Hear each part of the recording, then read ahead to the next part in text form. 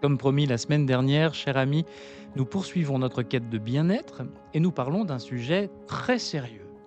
Les, les cosmétiques. Si, c'est pas une plaisanterie. Pour avoir bonne mine, les cosmétiques, c'est bien utile. On est dans Question de survie. Je suis le frère Sylvain de Toc et je profite de l'été pour faire avec toi une cure de jouvence. Question de survie, le podcast des moines dominicains qui prend avec vous la vie du bon côté. Chaque semaine, les frères dominicains vous guident pour affronter tous les grands défis de votre vie personnelle, familiale et relationnelle.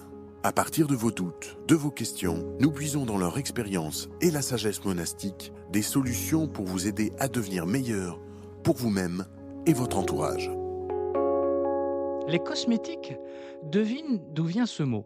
Pense au cosmos. Le cosmos, l'univers, c'est un mot grec qui désigne ce qui est ordonné, ce qui est harmonieux, donc ce qui est beau. Pour les Grecs, en effet, le cosmos, c'est le contraire du chaos, de l'anarchie. Les anciens étaient des esthètes. Ils admiraient la beauté de l'univers, la régularité des phénomènes naturels, le retour des saisons, les cycles des astres, leur rayonnement. La nature, pour eux, c'était le chef-d'œuvre des forces supérieures. Les dieux, dans leur mythologie, avaient mis de l'ordre dans les éléments du monde. Ils avaient dompté des forces archaïques, sombres et inquiétantes. Désormais, tout était à sa place. Platon, le champion de la philosophie grecque, comparait même celui qui avait fait notre univers à un artisan doué et généreux.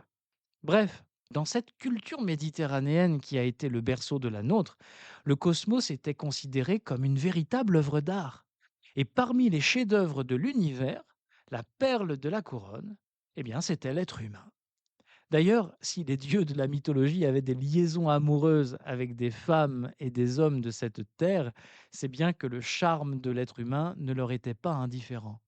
Le corps humain, pour un grec, est une merveille de proportion, un univers en miniature, un microcosme, comme ils disent, à tel point que les sculpteurs, les peintres, les architectes ont dégagé les lois de l'harmonie en prenant appui sur des corps aux mensurations qu'ils jugeaient parfaites.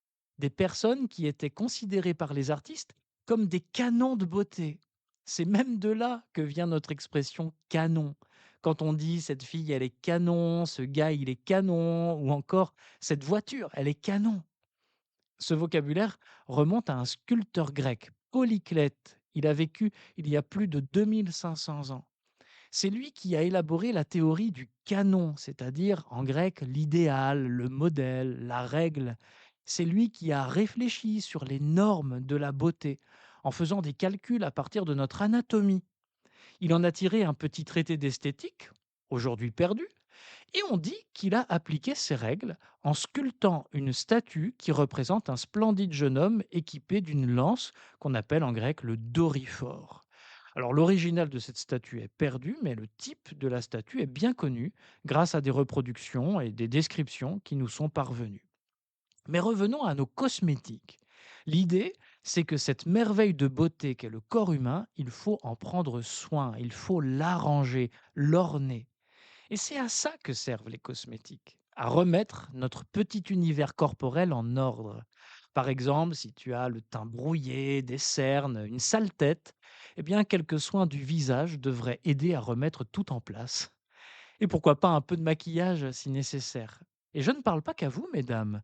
Aujourd'hui, il existe des gammes de soins masculins qui sont efficaces et adaptées. Eh bien, figure-toi qu'il n'y a pas qu'au rayon hygiène des grandes surfaces, ni dans les grandes enseignes des rues chics, qu'on trouve ce genre de produits. On en trouve aussi dans les boutiques des monastères. Et oui, les moines et les moniales ne font pas que des fromages ou des sandales. Ils confectionnent également des produits de beauté. Des crèmes hydratantes, des baumes à lèvres, des laits démaquillants, des savons, des shampoings, des sels de bain, des parfums bien sûr, sans parler des produits de parapharmacie comme les sirops ou les pastilles pour la gorge. Puis il y a aussi les produits qui ne concernent pas directement notre bien-être corporel, mais qui rejaillissent sur lui, comme ces parfums d'ambiance ou ces huiles essentielles qui embaument nos intérieurs et qui mettent, nos narines en fête. Évidemment, les amis de Dieu qui fabriquent tous ces produits sont aussi des amis de la nature, des pionniers de l'écologie intégrale, comme on dit maintenant dans l'Église. Ils travaillent dans des monastères verts. Ils bannissent le plus possible les produits industriels. Ils confectionnent des produits naturels dans le plus grand respect de l'environnement, etc. Et pourquoi ces chers moines se donnent-ils tant de peine pour notre bien-être corporel? Eh bien, la réponse est simple. Elle a même fait le tour du monde parce que je le vaux bien, comme dit la publicité. Et les spécialistes de la communication qui ont forgé ce slogan ont été bien inspirés. C'est exactement ce qu'on lit dans la Bible. Dieu dit à Israël, qui a bien besoin d'être consolé, tu as du prix à mes yeux, tu as de la valeur et je t'aime. Bref, tu le vaux bien. C'est dans le livre du prophète Isaïe qu'on lit cette charmante déclaration d'amour.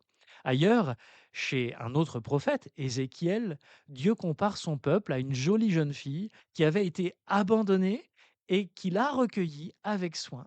Il lui dit, je t'ai plongé dans l'eau, je t'ai nettoyé, je t'ai parfumé avec de l'huile. On trouve beaucoup d'images de ce genre dans un autre livre, le Cantique des Cantiques, où Israël est comparé à la fiancée de Dieu. Elle a la peau et les vêtements parfumés, elle sent bon l'encens, la myrrhe, le cyprès, la cannelle, l'aloès. Tu veux un conseil? Profite de l'été pour lire le livre de Sœur Anne Lécu sur les parfums dans la Bible. Ça s'intitule Tu m'as consacré d'un parfum de joie. Mais les messieurs ne sont pas en reste. Le bien-aimé du Cantique des Cantiques, qui représente Dieu, chacun l'a compris, il se pomponne lui aussi. Son nom, je cite le texte, est un parfum. Ses joues sont, je cite encore, un parterre d'aromates. Tiens, je ne connais pas cet après-rasage, mais j'imagine qu'il doit être très très régénérant, hein. Ses lèvres sont des lys, elles sentent la myrrhe et ainsi de suite.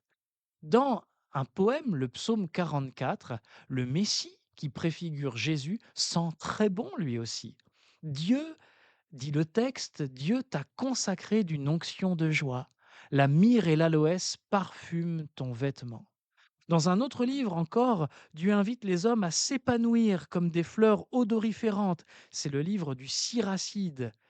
Écoutez-moi, génération de saints, croissez comme la rose plantée au bord des eaux, comme le Liban, exhalez votre parfum et fleurissez comme le lys. Alors tu me diras, tout ceci, ça concerne Dieu, le Christ, la Vierge, les saints, hein, il faut en faire une lecture spirituelle. Et tu n'as pas tort de penser cela. C'est souvent de cette manière que les commentateurs ont lu ces textes. Et bien sûr, ce sont les dispositions du cœur qui comptent avant tout. Mais n'allons pas trop vite dans la spiritualisation, hein. Les âmes, c'est bien beau, mais le christianisme, justement, n'envisage pas l'âme sans le corps.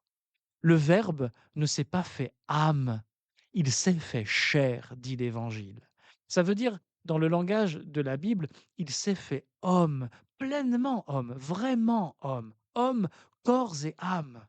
Jésus lui-même nous dit que l'extérieur ne doit pas être négligé sous prétexte qu'on s'occupe de l'intérieur. C'est dans l'Évangile selon saint Matthieu. Mais toi, quand tu jeûnes, parfume-toi la tête et lave-toi le visage. Voilà ce que nous dit Jésus. L'Église catholique a tiré un grand parti de ce réalisme, notamment dans la célébration des sacrements et de la liturgie. Les signes de la liturgie parlent à nos sens et à travers nos sens, ils passent du corps dans l'âme, sans qu'on comprenne tout avec notre intelligence. Dans les sacrements, en fait, Dieu parle d'abord à notre corps. J'ai entendu un prêtre dire récemment, les sacrements, c'est un peu parle à mon corps, ma tête est malade. Ce prêtre est aussi médecin et il sait de quoi il parle. L'odeur du Saint-Crème, par exemple, ou de l'encens. En Orient, ces odeurs, mais quel régal! Quand je célèbre un baptême, je fais venir tous les enfants et je leur fais sentir le Saint-Crème. Le Saint-Crème, c'est l'huile parfumée qui est consacrée par l'évêque quelques jours avant Pâques. Cette huile signifie, dans le langage de Saint Paul, la bonne odeur du Christ. On l'utilise pour les baptêmes, les confirmations, les ordinations, mais aussi pour consacrer les autels, les piliers des églises neuves, par exemple, et tout ça. Ça sent bon, c'est réjouissant et ça rappelle encore d'autres passages de la Bible, comme ce verset du psaume 103 par exemple, qui évoque l'huile qui adoucit le visage, ou encore le psaume 91, tu me baignes d'huile nouvelle. Alors, cher ami, n'aie pas de scrupule à prendre soin de ton apparence. Combien de mythes nous parlent de cette quête de jeunesse et de beauté éternelle? Mais où est-elle, la source de jouvence? Eh bien, elle est en Dieu. La tradition et la liturgie de l'Église nous disent que Dieu est éternellement jeune et beau. C'est le péché qui fait vieillir, mais la foi rajeunit. On dit aussi que la Vierge Marie est d'une beauté incroyable, elle est plus jeune que le péché. Enfin, si c'est Jésus qui nous invite à nous laver et à nous parfumer, nous aurions bien tort de ne pas soigner notre peau. Alors, les cosmétiques, ça ne fait pas tout, je suis bien d'accord. Il y a d'autres sources de bien-être, le soleil, l'oxygène, l'eau, la nourriture, le sommeil. Je t'en parle à partir de la semaine prochaine, c'est promis. Mais dès maintenant, cher auditeur, je prie pour toi et je te bénis. Que le Seigneur fasse ruisseler sur toi l'huile de sa grâce pour que tu sois rempli de la douceur et de la force, de la paix et de la joie de Dieu. Que la bonne odeur du Christ t'affermisse et te guide vers les eaux du salut. Que brille sur ton visage la splendeur de la vie nouvelle. Et moi, je te bénis au nom du Père et du Fils et du Saint-Esprit. Amen. À la semaine prochaine pour Question de survie. Si vous avez apprécié cet épisode, partagez-le à un ami. Et pour que les frères dominicains puissent aider davantage d'auditeurs, pensez à laisser 5 étoiles à ce podcast. À bientôt.